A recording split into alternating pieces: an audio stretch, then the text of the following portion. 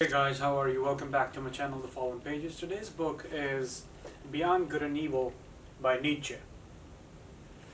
First of all, I would like to talk about the structure of the book by Nietzsche, Beyond Good and Evil, is that it is divided into 296 aphorisms, and they are organized into 9 major parts and an epilogue in the book, unlike systematic treatises. Nietzsche's style is fragmentary, and it sort of reflects his disdain for rigid dogmas. And the 9 parts, the 9 chapters, one may say, are these. Let me show you guys. Is this the contents of the book? So it talks about on the prejudices of philosophers, the free spirit, what is religious, epigrams and interludes, natural history of morals, we scholars, our virtues. So let us dig in with this confusing book, but to me it was a bit of a confusing narrative, because the way this writer writes his philosophies, his ideas, are sort of totally different. I have noticed, Nietzsche, what he does is that other writers, I've noticed that they write books on certain ideas or ideologies, but Nietzsche can precisely convey the message in a one-liner, in a one sentence. So the central idea of this book is that Nietzsche's central theme in this work is the overcoming of binary moralism, the simplistic division of the world into good and evil, which he claims originated in slave morality, particularly enriched in Judeo-Christian traditions.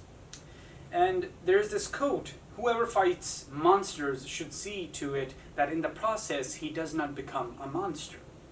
It is basically a warning against moral absolutism and binary thinking.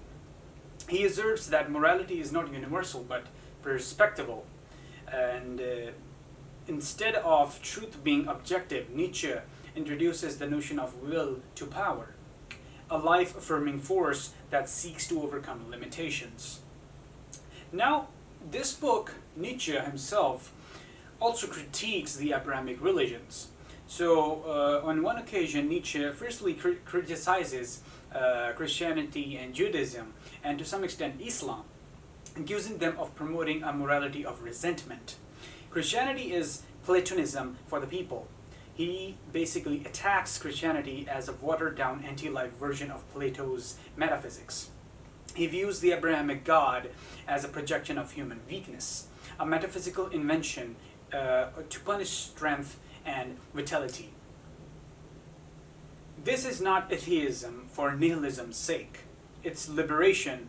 Nietzsche wants to dismantle systems that devalue earthly existence in favor of an illusory afterlife. Now, the similarities in other philosophies and also Nietzsche's is that his critique parallels Marx, the philosopher, views of religion as the opiate of the masses. And though Nietzsche focuses more on morality than economy, like Spinoza, Nietzsche rejects divine moral legislations. But Spinoza saw divinity in nature, whereas Nietzsche sees divinity in the will to power.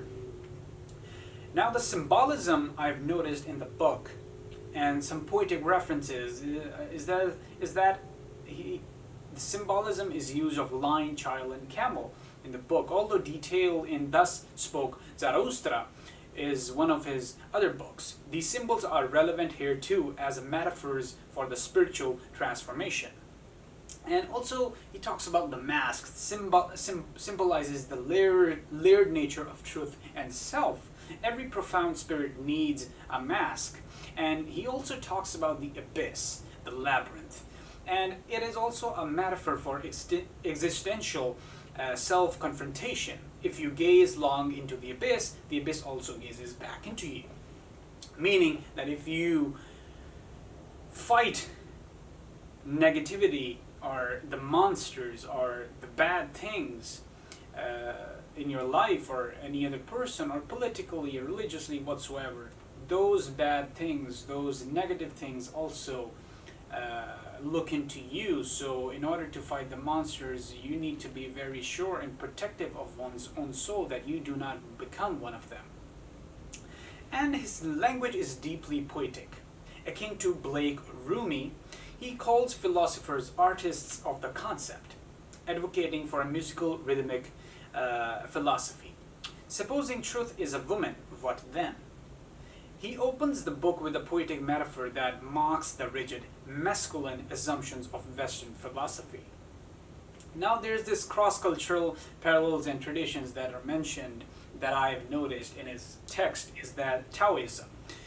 Nietzsche draws parallels or finds opposition with various non-Western traditions. As I mentioned, Taoism, the Tao teachings embrace of paradox and fluidity, contrast with the rigid morality, akin to Nietzsche's critique of fixed moral categories.